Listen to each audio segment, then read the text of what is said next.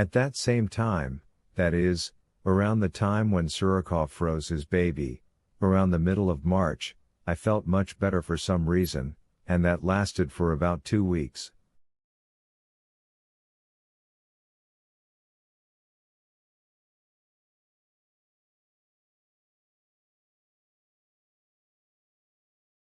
I started going out, most often at twilight.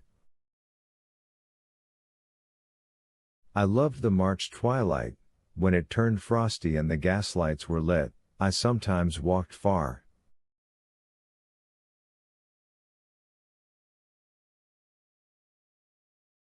Once, in Shestalavignaya Street, someone of the gentlefolk sort overtook me in the dark. I did not make him out very well. He was carrying something wrapped in paper and was dressed in a short and ugly coat, too light for the season.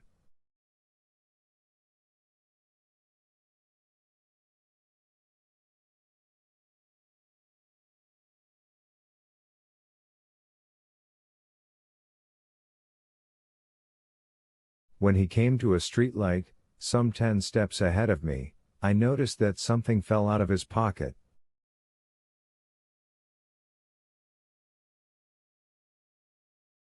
I hastened to pick it up, just in time, because someone in a long kaftan had already rushed for it, but, seeing the object in my hands, did not argue, took a fleeting glance at my hands, and slipped past.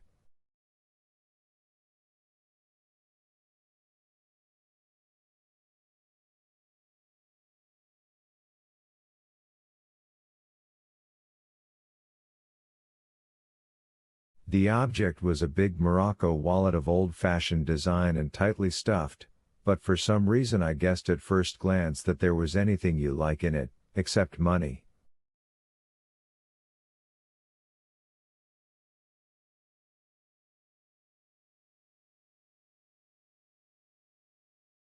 The passerby who had lost it was already some 40 steps ahead of me and soon dropped from sight in the crowd.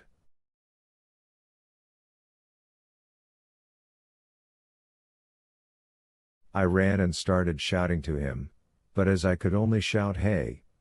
he did not turn around.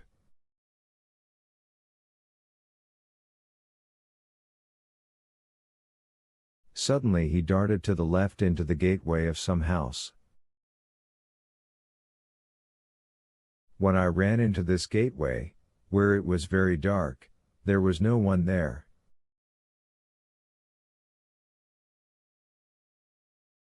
The house was enormously big, one of those huge things entrepreneurs build to make into little apartments. Some of these buildings have as many as 100 apartments in them.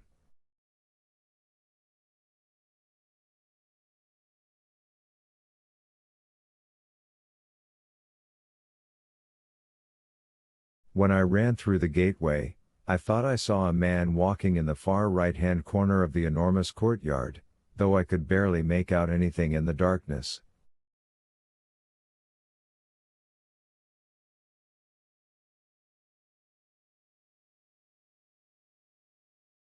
I ran to that corner and saw the entrance to a stairway. The stairway was narrow, extremely dirty, and quite unlighted, but I could hear a man running up the stairs above me, and I raced after him, hoping that while the door was being opened for him, I could catch up with him.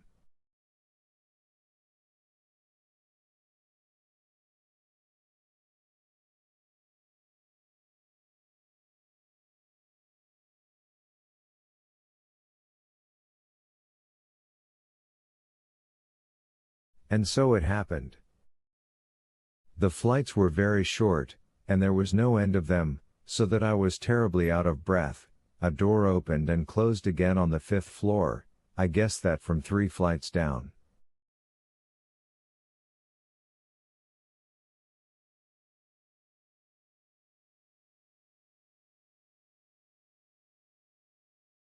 Before I ran up, caught my breath on the landing, and found the doorbell. Several minutes passed.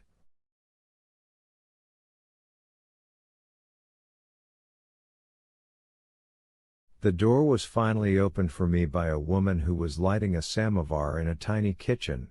She listened silently to my questions, understood nothing, of course, and silently opened for me the door to the next room, also small, terribly low, with vile necessary furniture and a huge, wide bed under a canopy, on which lay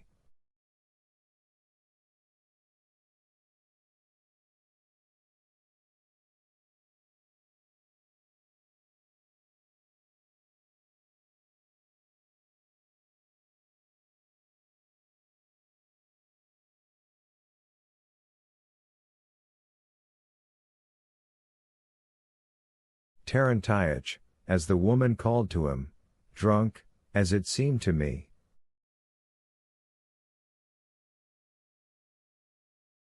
On the table stood an iron nightlight with a candle burning down in it and a nearly empty bottle.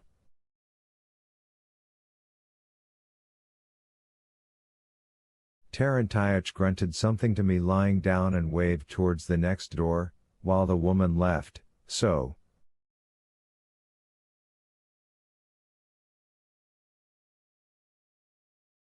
that nothing remained for me but to open that door.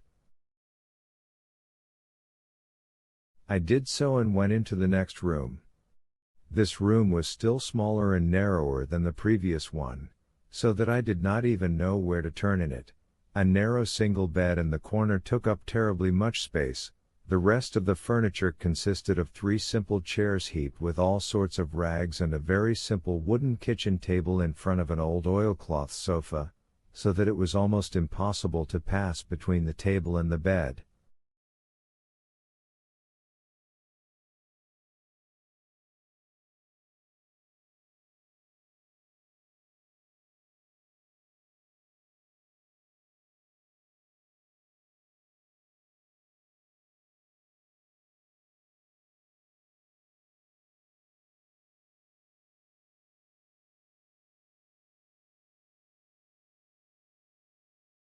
The same iron nightlight with a tallow candle as in the other room burned on the table, and on the bed squealed a tiny baby, maybe only 3 weeks old, judging by its cry. It was being changed, that is, put into a clean diaper, by a sick and pale woman, young seeming, in extreme negligee, and perhaps just beginning to get up after her confinement, but the baby would not be quiet and cried in anticipation of the lean breast.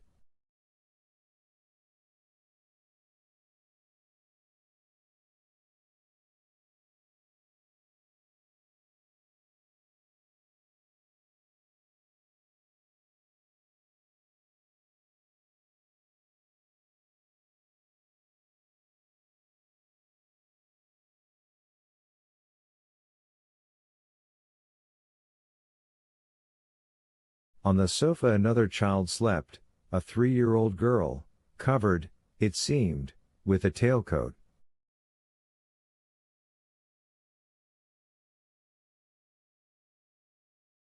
By the table stood a gentleman in a very shabby frock coat. He had already taken his coat off and it was lying on the bed, unwrapping the blue paper in which about 2 pounds of wheat bread and 2 small sausages were wrapped.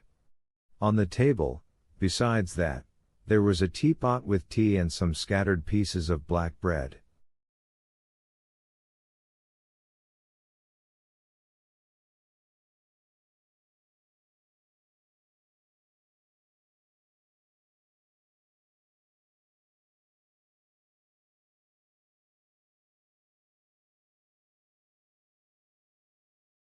An unlocked suitcase showed from under the bed, and 2 bundles with some rags stuck out.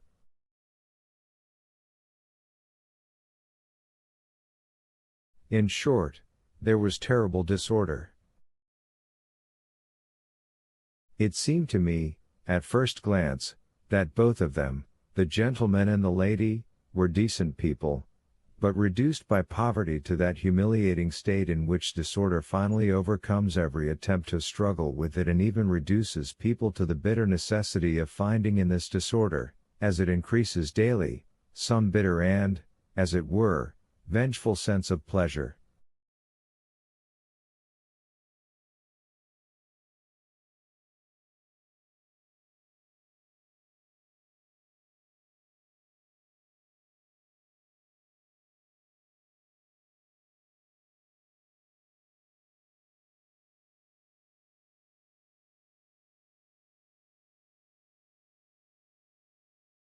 When I came in, this gentleman, who had come in just before me and was unwrapping his provisions, was talking rapidly and heatedly with his wife.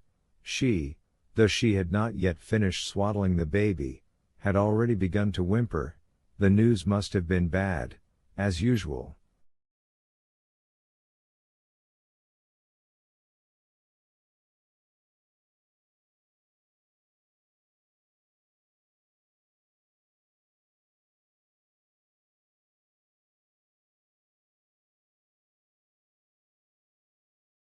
The face of this gentleman, who was about 28 by the look of it, swarthy and dry, framed in black side whiskers, with his chin shaved till it gleamed, struck me as rather respectable and even agreeable. It was sullen, with a sullen gaze, but with some morbid tinge of a pride that was all too easily irritated.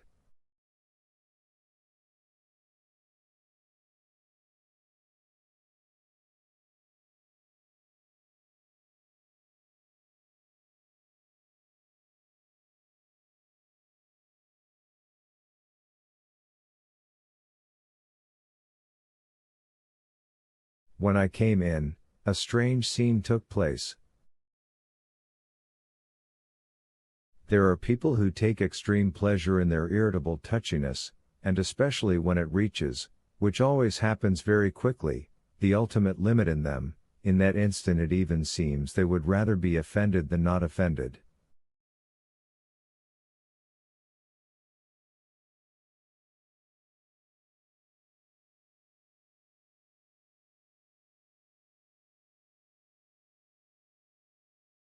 Afterwards these irritable people always suffer terrible remorse, if they are intelligent, naturally, and able to realize that they had become 10 times angrier than they should have.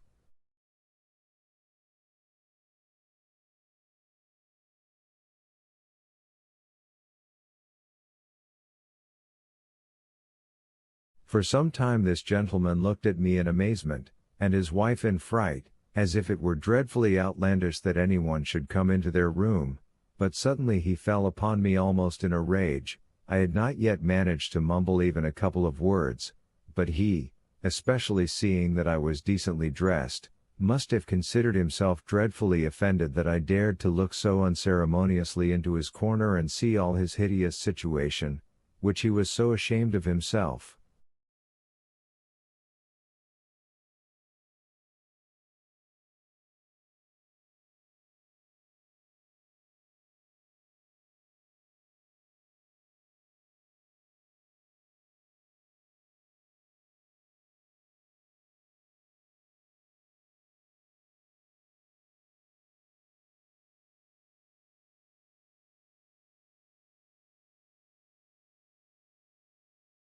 Of course, he was glad of the chance to vent his anger for all his misfortunes at least on someone.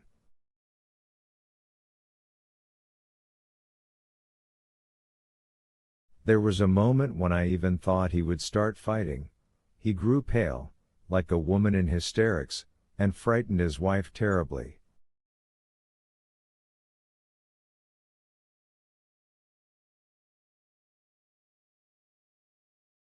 "How dare you come in like that?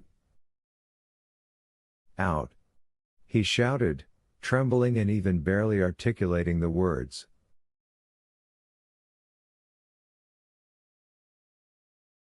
But suddenly he saw his wallet in my hand. "It seems you dropped it," I said as calmly and dryly as I could. "Anyhow, that was the only proper way."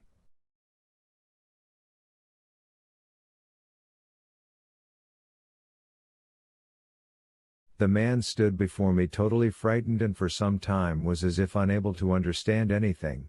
Then he quickly clutched his side pocket, opened his mouth in horror, and struck himself on the forehead with his hand.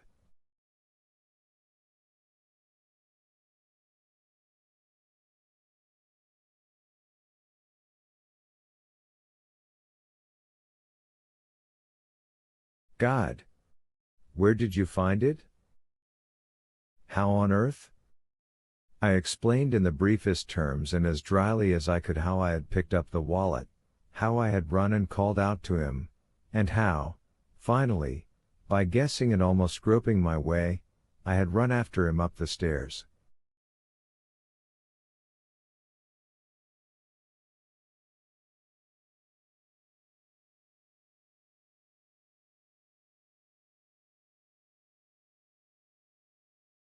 "Oh, God!" he cried, turning to his wife. "All our documents are in it, all my last instruments, everything. Oh, my dear sir, do you know what you have done for me?"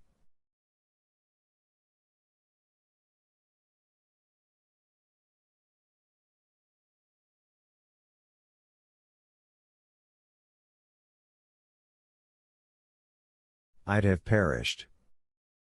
I had taken hold of the door handle meanwhile, so as to leave without replying, but I was out of breath myself, and suddenly my agitation broke out in such a violent fit of coughing that I could barely stay on my feet.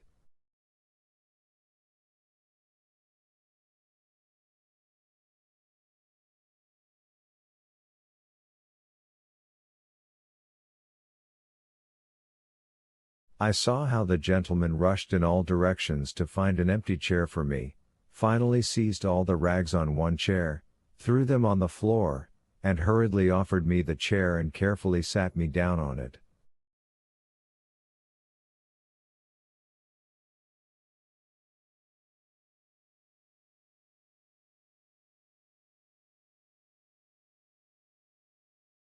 But my coughing went on and did not let up for about 3 more minutes.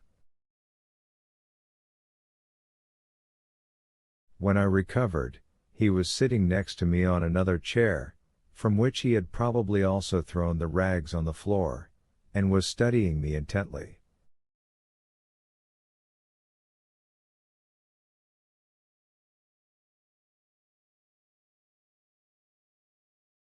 "You seem to be suffering?" he said in the tone in which doctors usually speak when they approach a patient.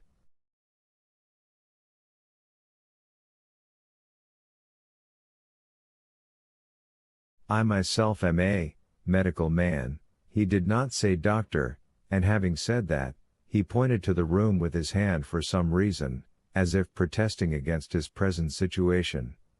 "I see that you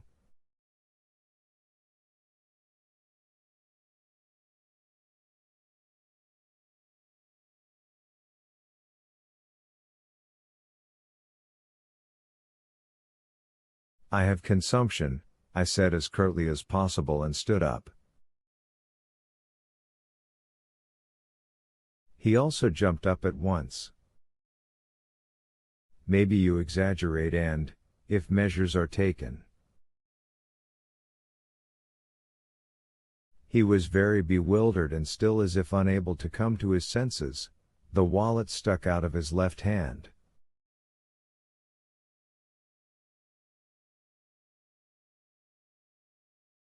"Oh, don't worry," I interrupted again, taking hold of the door handle. "Last week N examined me, again I put N into it, and my case is decided."